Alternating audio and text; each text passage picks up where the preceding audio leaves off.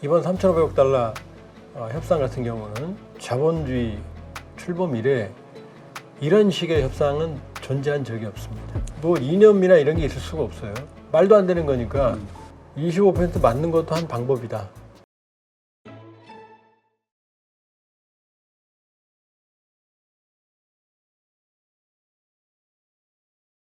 오늘 모신 분은 통일연구원 석좌연구위원이시죠. 조한범 박사님이십니다. 안녕하세요. 네, 안녕하세요.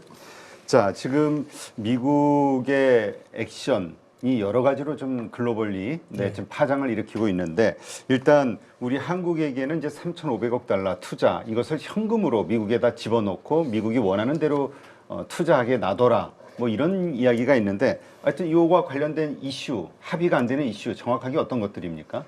그러니까 정리를 좀 해보니까 내용을 들어보니까는 황당하고 약간 전율이 느껴지네요. 왜냐하면 우리 보고 이제 자기들이 무역 적자를 많이 봤으니 우리 보고 투자를 해라라는 거거든요. 간단히 말하면. 근데 그 투자의 금액이 이제 3,500억 달러였어요. 그 3,500억 달러를 전액 현금으로 본인들이 지정하는 법인 내지는 용처에 집어넣어요. 네. 쉽게 말하면 트럼프 주머니에 집어넣으면 트럼프 대통령이 자기가 필요할 때마다 끄집어내 쓰겠다는 얘기입니다. 그러니까 어디에 쓰든. 미국은 1달러도 안 내고요. 그리고 우리가 낸 3,500억 달러를 트럼프 마음대로, 미국 마음대로 투자한 다음에 이윤이 생기면 투자 금액이 회수되기 전까지는 이윤은 50대 50, 미국이 50 갖고 우리가 50 갖는 거예요. 네. 그리고 만일에 원금이 회수된 다음에는 미국이 90, 우리가 10이에요. 네. 그러니까 이거 자체가 말이 안 돼요. 그러니까 저는 처음에 이걸 도둑이라고 표현했는데 잘 생각해보니까 강도예요. 네. 그랬더니 강도라고 그랬더니 어떤 분이 그 앞에 뭐 하나 빠졌다고. 날 강도라고. 왜냐면요. 우리가 가지고 있는 외환보유고가 한 4,100억 달러가 좀 더 넘거든요. 네네. 그럼 3,500억 달러면 한 85%쯤 됩니다. 그러니까 우리가 가지고 있는 이 85%를 내는 순간 우리는 동남아시아 개발도상국 수준의 외환보유고로 떨어집니다. 첫 번째. 그리고 이게 지난 5년 동안 우리가 해외에 민관 투자한 전체 총액 투자 금액과 같아요. 네. 그리고 이 순투자, 그러니까 우리가 투자만 한 게 아니라 투자 받았잖아요. 우리 투자 받은 걸 빼면 무려 30년치 이상이 돼요. 투자 금액이. 거기다가 지금 일본을 자꾸 비교를 하는데 일본은 외환보유고가 1조 3천억 달러가 넘거든요. 네. 거기다가 일본은 결정적으로 미국과 통화 스와프가 있어요. 엔화는 기축통화에 가깝거든요. 네. 그러니까는 달러가 압도적이죠. 60, 70%. 그 다음에 이제 유로, 그 다음에 파운드, 엔화, 위안화가 조금 끼거든요. 어쨌든 간에. 그러니까 일본은 얼마나 많이 투자를 하더라도 외환 부족에 시달릴 일이 없어요. 근데 우리는 스와프가 없거든요. 그럼 주는 순간 우리는 이제 바로 IMF가 오는 거고요. 그래서 대통령도 뭐 바로 미국 가면서 우리가 이대로 했다가는 미국의 요구대로 했다가는 바로 금융위기, IMF 같은 금융위기가 터진다. 이렇게 또 발언을 했더라고요. 그래서 저는 우리 협상단이 고심 끝에 협상을 잘했구나 이런 생각도 했는데 그런 면이 있어요. 근데 보니까 오히려 편했어요. 왜냐면 협상이 안 되는 거잖아요. 그렇죠. 그 협상이 안 되는 카드를 내밀으니까 어떻게든 협상할 수가 없는 거죠. 그러니까 오히려 자율성을 얻는 거죠. 왜냐? 그냥 나는 포기할 수밖에 없는 거야 라는 대안을 내놓으니까 이건 협상의 여지가 없었던 거예요. 처음부터는. 그렇게 보면은 지금 이제 이재명 대통령 방미 지금 오늘 녹화하는 날 이제 방미길에 올랐는데 뭐 트럼프 만나냐 안 만나 지금 만나면 안 돼요. 만나자 그래도 만날 필요가 없어요. 네. 왜냐하면 지금 이 상태로는 우리가 도장을 찍을 수가 없는 거고. 그렇죠. 그 다음에 IMF는 물론 그 당시 정부의 통제력에도 문제가 있었지만 한국 경제가 성장하면서 온 모든 문제들이 섞여서는 일종의 성장통의 성격도 있었거든요. 네. 이건 아니고 그냥 있는 쌈지도를 갖다 바치는 거예요. 그렇죠. 이 탄핵으로 안 끝나죠. 쫓겨나야죠. 농담이 아니라. 그러니까는 이 건은 사실은 지금 트럼프 행정부가 얼마나 무모한지. 왜냐 저쪽도 협상팀이 있을 거 아니에요. 그렇죠. 그럼 협상이라는 건 주고받고 그다음에 어느 정도의 균형을 맞추면서 이득을 가져가는 건데 이건 아니잖아요, 지금. 근데 이 비상식적인 협정 안에 일본이 서명했다는 게 참 우리에게는 저쪽은 했는데 왜 너네 안 해? 이렇게 얘기를 하니까. 그러니까 일본도 이제 일본은 말씀드렸지만 일단은 통화 스와프라는 게 있으니까 안심을 했겠지만 일본은 이제 그 후유증에 시달릴 거예요. 이제 내내 시달릴 겁니다. 이제는.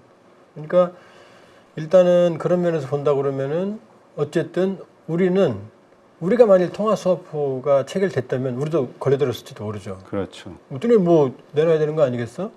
그다음 외환 보유가 우리가 훨씬 많았다면 그렇게 따진다 그러면은 우리는 사실은 이 벼랑 끝에 몰려서 있었기 때문에 떨어지느냐 마느냐거든요.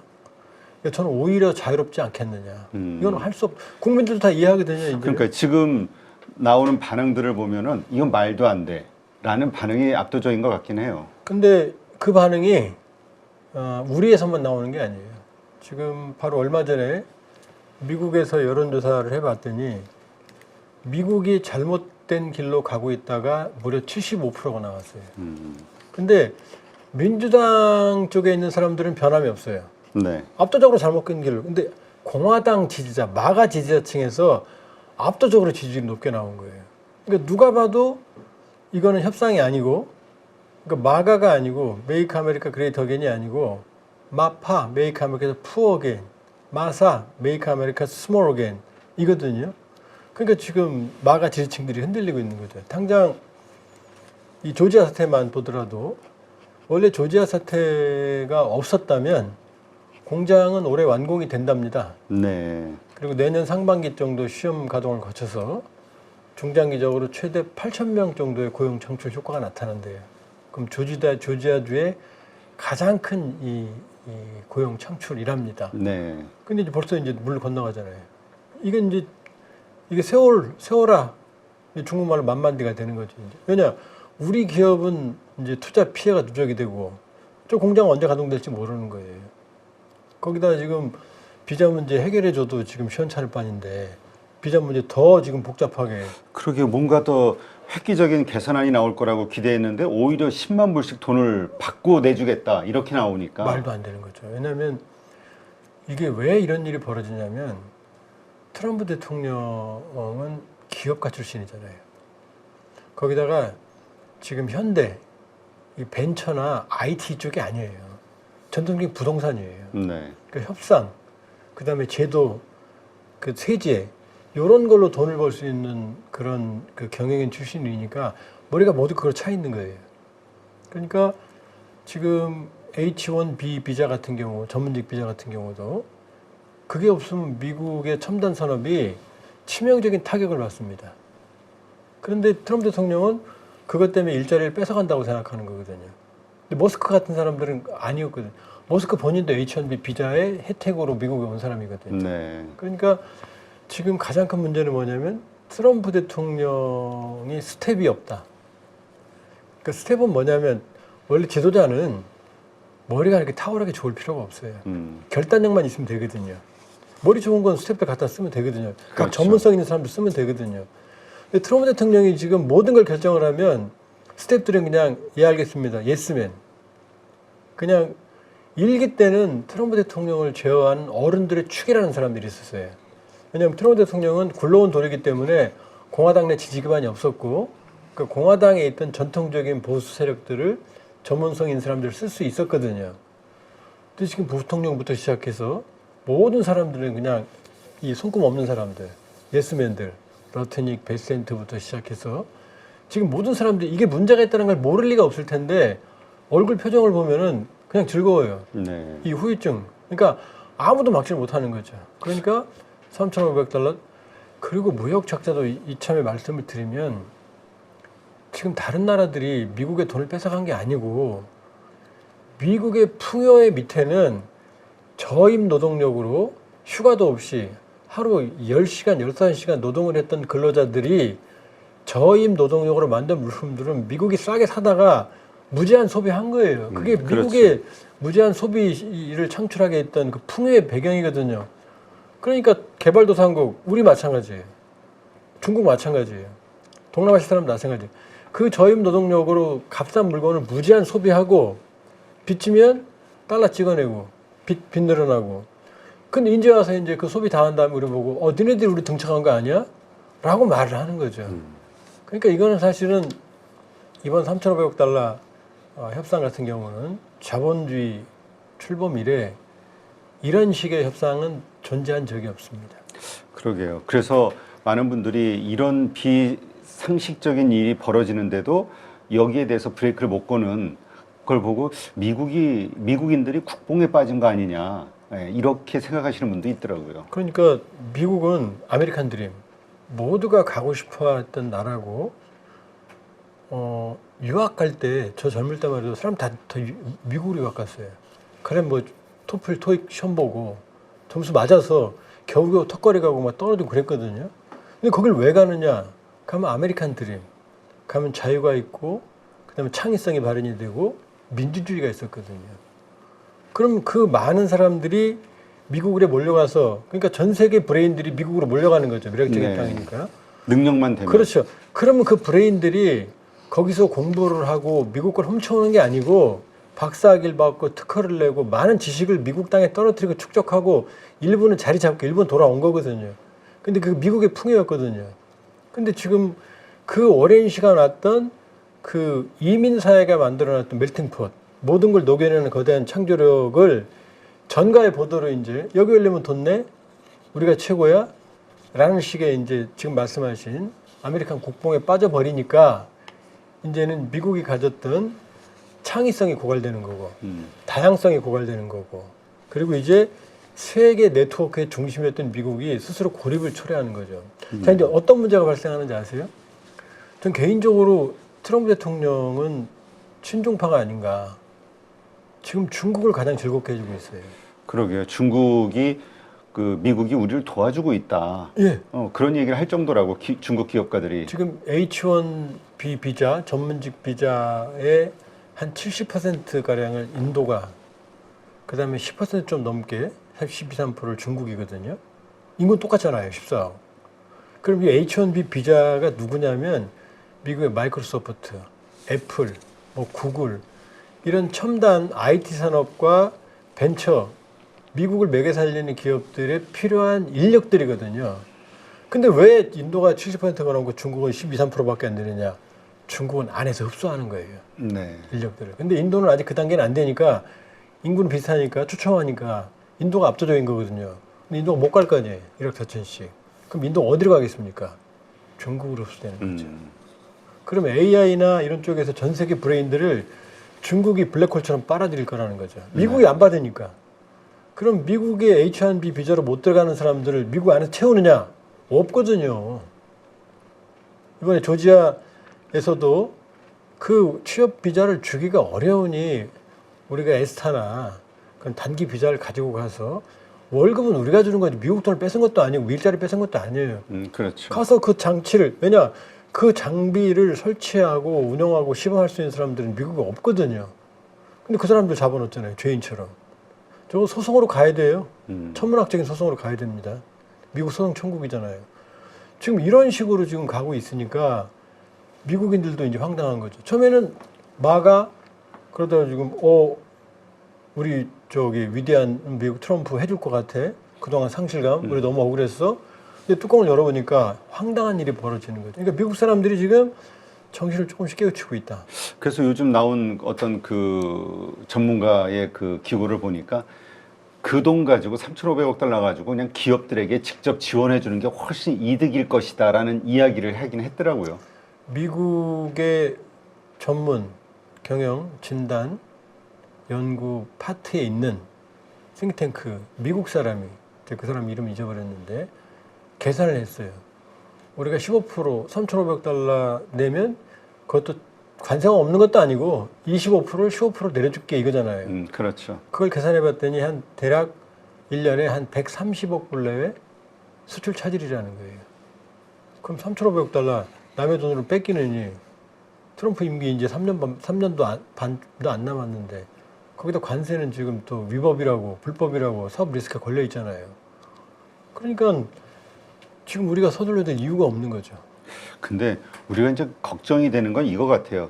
그냥 관세 25%만 맞으면 괜찮은데 보복 관세로 또 50%뭐 70% 말 안 들으면 이렇게 할 수 있는 게 트럼프다 보니까. 근데요, 걱정하시면 안 되는 게 말 들어도 그렇게 할 수 있어요. 말 들어도 지 맘대로 얼마든지 할 수 있거든요. 하긴 3,500억 달러를 돈을 주고 나서도 갑자기 뭐 어쩌고 저쩌고 얘기하면은 어쩔 수 없는 거 아니냐. 그러면 코 덮개는 거죠. 덮개는 거죠. 왜 이미 돈은 거기 들어가 있는데요. 자, 지금 보세요. 얼마나 웃긴지 아세요? 지금 이 관세 싸움의 핵심 대상은 사실은 중국이잖아요. 그렇죠. 중국은 아직도 합의가 안 됐어요. 그리고 트럼프 대통령이 뭐라고 말해요? 중국은 더 유예할 수 있어. 자, 인도 50% 때렸죠? 인도 버텨요. 브라질 버티고 있어요. 지금 인도, 브라질, 중국 합치면 인구가 얼마인지 아세요? 거의 35억 됩니다. 네. 그럼 거의 지구상의 인구 절반 가까운 사람들이 지금 버티고 있는 거거든요. 그러니까 지금은 고마운 게 처음에는 뭐 왜 안 했을까? 사인 뭐 잘못해온 거 아니야? 무슨 뭐 트럼프가 미워하는 거 아니야? 이제 국민들이 알았잖아요. 이거는 뭐 이념이나 이런 게 있을 수가 없어요. 말도 안 되는 거니까. 그러니까 이제 국민들, 그러니까 대통령실에서 그런 얘기 나온다고 그랬잖아요. 25% 맞는 것도 한 방법이다. 방법이다. 왜? 적응할 수 있어요. 물론 타격은 크겠지만 하겠지만. 그렇게 날리느니 그 피 같은 돈 날리느니 적응해서 사는 것도 한 방법이죠. 그러면 미국 비중은 점점 줄일 수밖에 없는 거고 어차피 우리 수출 비중 너무 높잖아요. 그렇죠. 언제까지 수출만 이렇게 위험하게 할 수는 없잖아요. 그건 다른 방법 적응할 수 있는 거고 그쪽이 낫다는 여론들이 지금 생기고 있는 거예요. 근데 이제 걱정이 되는 건 우리 또 이제 그 주한미군 방위비 분담금 이거에 대한 또 협상이 남아 있고 또 북한과의 문제에 관련된 또 여러 가지 이슈들이 있다 보니까 도대체 우리가 하여튼 계속 흔들 수 있는 이 무기가 미국에 있다 보니까 걱정이 되는 거죠. 이제 당당하게 가야 돼요. 왜냐하면 주한미군이 28,500명이거든요. 28,500명인데 지금 사실은 미국의 핵무기를 제외한다면 우리 군사력으로 북한은 충분히 제압이 가능합니다. 대대적 전력으로. 지금 뭐 자꾸 우리를 너무 얕게 보는데 안 그래요. 근데 오늘도 나온 신문 기사 보니까 뭐 군인이 줄어들어서 인구 때문에 지금 반격은커녕 방어도 힘들다 뭐 이런 식의 기사들이 나오더라고요. 모든 국가에도 군인은 줄어요. 이걸 AI로 대체하고 지능화하고 예를 들면 MDR 군사분계선에 과거에는 병사들이 섰거든요. 근데 지금 이제 자동화하는 겁니다. 그다음에 인공지능화하는 겁니다. 그럼 훨씬 더 줄이는 거죠. 그러니까 옛날처럼 머릿수로 그게 충분히 가능하다면 그렇게 가야겠지만 모든 국가는 지금 인구 감소의 직면에 있거든요. 그건 현실이에요. 북한도 마찬가지입니다. 북한도 인구 감소예요. 네. 그렇게 따지면 지금 맞춰서 이 전략 전술을 현대화하는 게 방법인 거지 과거의 패러다임은 아니다. 자, 이스라엘 보세요. 이스라엘은 예비군이 실전이에요. 그러니까 예비군 동원하면 바로 실전에 투입이 돼요. 네. 우리 지금 거의 260만 대 되거든요. 이 예비군 자원이 이렇게 많은 나라 거의 없어요. 거의 세계 최고 수준이에요. 예비군에 대한 투자, 예비군 정예화 쪽으로 방법을 바꾸면 되는 거예요. 그러니까 주한미군은 본인들이 나가겠다. 그러면 우리가 붙잡아도 나가요. 그러니까 계산상으로 자기네가 그럼요. 이익이라면. 예, 우리가 돈 안 주면 나갈 거야? 안 나갑니다. 미국은 필요하면 나가고 그 다음에 필요 없으면 나가고 필요하면 그대로 있어요. 자, 바이든 정부가 아프가니스탄에는 바그람 공군기지에서 철수했거든요. 말 많았잖아요. 트럼프 뭐라고 그래요? 나 다시 들어갈 거야 그러잖아요. 지가 싫으면 나가고 필요하면 들어가는 거예요. 아프가니스탄 주권 국가거든요. 네. 돌려주지 않으면 재미없는 일 생길 거야 지금 그러고 있어요. 그리고 뭐 하는 얘기가 뭐냐면 왜 가지려고 그래 그랬더니 거기서 중국 핵기지가 얼마 가까워 1시간 거리야? 지금 이러고 있거든요. 그러니까 자꾸 착각을 하는데 우리가 잘해주면 주한미군이 남아있고 우리가 좀 서운하게 하면 나간다? 절대 그렇지 않습니다. 우리가 아무리 잘해줘도 필요 없으면 나가고요. 우리가 또 밀어도 필요하면 안 나갑니다. 그러니까 결국은 이 일련의 과정, 협상 과정에서 주한미군이라든가 뭐 여러 가지 것들 가지고 압박을 가해도 우리는 버티면서 협상을 해야 된다. 예를 들어서 그럴 리는 없겠지만 주한미군은 우리가 철수하겠다. 그러면 철수하는 과정이 몇 년 걸려요. 그러면 그때는 핵을 개발하면 됩니다. 이게 과장에서 드리는 말씀이 아니에요. 왜냐하면 NPT 비확산 조약의 10조에 보면 회원국은 비상한 상황에 처하게 되면 NPT를 탈퇴할 수 있는 조항이 있어요. 네. 북한은 뭐라고 그래요? 우리 핵공격 한다고 그러잖아요. 세계 최강의 최대의 핵 위협을 지금 받고 있거든요. 근데 미국이 철수한다는 얘기는 한미동맹 깬다는 얘기고 핵우산 안 세워준다는 얘기잖아요. 그럼 합법적으로 핵 개발할 수 있어요. 그러니까 이제는 좀 당당할 필요가 있다. 당당하게 동맹을 사랑이고 바지가랑이 붙잡고 이게 아니고 줄 건 주고 받을 건 받고 당당하게 하면 된다. 뭐 우리가 더 잘해야지. 왜 자꾸 뭐 미국에 제가 뭐라 그러면 그래요. 저 사람 미국 갈 생각 없나 보라고. 저 미국 안 갑니다. 한 번도 가본 적 없고요. 유학도 러시아 소련으로 갔거든요. 왜 자꾸 미국의 바지가랑이를 붙잡는 말이에요. 이만큼 커졌는데. 그러니까 농담 하나 하고 저기 일부 마칠게요. 뭐냐면 제가 자주 하는 농담인데 거지가 깡통에 밥 비려 먹다가 로또 복권에 당첨되면 제일 먼저 하는 게 이 깡통을 금으로 바꾼대요. 네. 이거 버려야 되거든요. 그렇죠. 그러니까 우리가 국뽕에 차서는 안 되지만 세계 5위 국방력, 경제력 10위, 문화력 한류 세계 최고. 거기다 미국 보세요. 지금 네팔, 필리핀, 인도네시아 보세요. 지금 이 거대한 이 민주주의 위기, 옳다 그르다를 떠나서 헌정사의 위기를 이렇게 그 혼란한 과정을 겪어나가고 정상으로 돌아가는 체제가 있습니까? 그렇죠. 그럼 우리는 프라우드 오브 코리아 해도 되는 거예요. 우리는 언제든 우리 스스로 잘 그럼요. 일어설 수 있다는 그럼요. 자신감. 예, 그러니까 그러나 확실한 건 미국은 우리를 필요로 한다. 우리도 미국이 필요해요. 그러니까 그걸 확인하고 상호 호혜적인 관계를 가면 된다 이렇게 볼 수 있어요. 그러니까 저쪽에서는 그 뭐 철수한다 어쩐다 이거는 다 하나의 그러니까 협상용. 지들이 손해인데요. 아니 철수할 사람이 트럼프 대통령이 캠프 브리즈 기지 소유권 나 주면 안 돼? 이런 얘기 왜 합니까? 거기 본심이 들어있잖아요. 그렇죠. 그런 거에 우리가 굴복해서 쫓아가면 안 된다. 우리도 당당하게 협상을 해야 된다. 그 약해지면 지는 거예요. 네, 알겠습니다.